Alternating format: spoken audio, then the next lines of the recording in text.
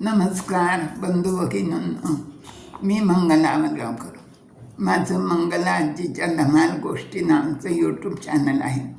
त्याच्यावर मी लहान मुलांना गोष्टी सांगते आणि बंधू भगिनींना काही प्रसंग, काही आठवणी, काही गोष्टी, काही अनुभवाचं सांगते.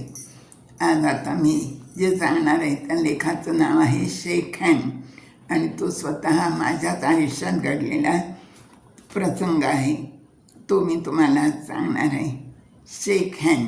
बरं का, संध्याकाळी 7 वाजेची वेळ.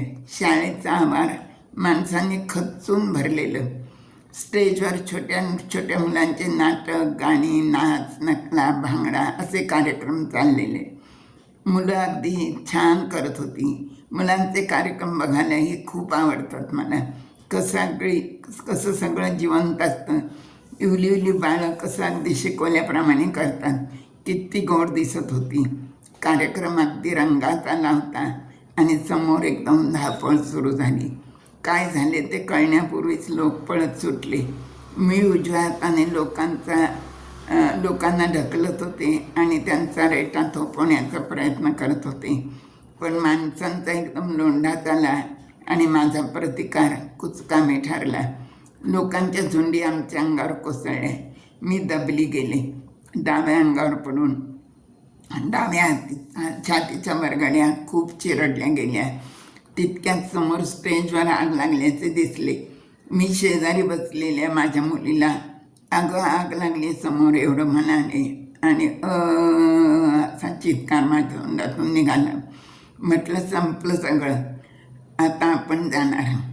अंधार, किंकाळ्या, आरडाओरड, रडारड. क्षणात सगळं चित्र पालटलं. अजून शुद्ध मात्र गेली नव्हती आणि कसं कोण जाणे. लोक बाजूला झाले. त्याही स्थितीत प्रसंगावधान राखून मदत करणारे आले. त्यांनी आम्हाला उठवलं. माझी नात मुलीच्या मांडीवर होती. तिला कडेवर घेतलं आणि हळूहळू त्या गर्दीतून गेटपर्यंत गेलो व तिथून बाहेर पडलो. मुलीचे केस मोकळे झालेले, साडी विस्कळत झालेली. कशा तरी रस्त्यावर मोकळ्या जागेत जाऊन पोहोचलो. मृत्यूचं साक्षात दर्शन घडलं होतं. कुणाला परमेश्वराचं दर्शन घडतं. आम्हाला मृत्यूचं दर्शन घडून आम्ही जिवंत राहिलो होतो. अगदी मृत्यूला शेक हँड करून मग लक्षात आलं कार्यक्रमात नातू होता. तो स्टेजजवळच्याच खोलीत होता.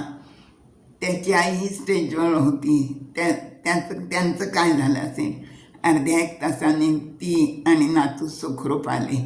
तिला म्हटलं, तू कुठं होतीस? मी स्टेजजवळ होते. ती म्हणाली, काय जे झालं असेल त्याचं. मी मुलांना वाचवायचा प्रयत्न करत होते. खोलीच्या बाजूने पडद्याजवळ एकेका मुलाला बाहेर पोचवत होते.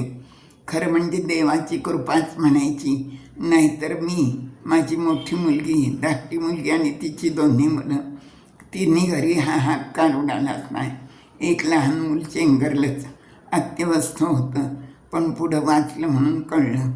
देवतारी त्याला कोण मारे हेच कर असा हा मला मृत्यूला आम्हाला शेक हँड आम्ही करून आलो. हा प्रत्यक्ष घडलेला प्रसंग आहे माझ्या आयुष्यातला. तो मी आपल्याशी शेअर केला. धन्यवाद.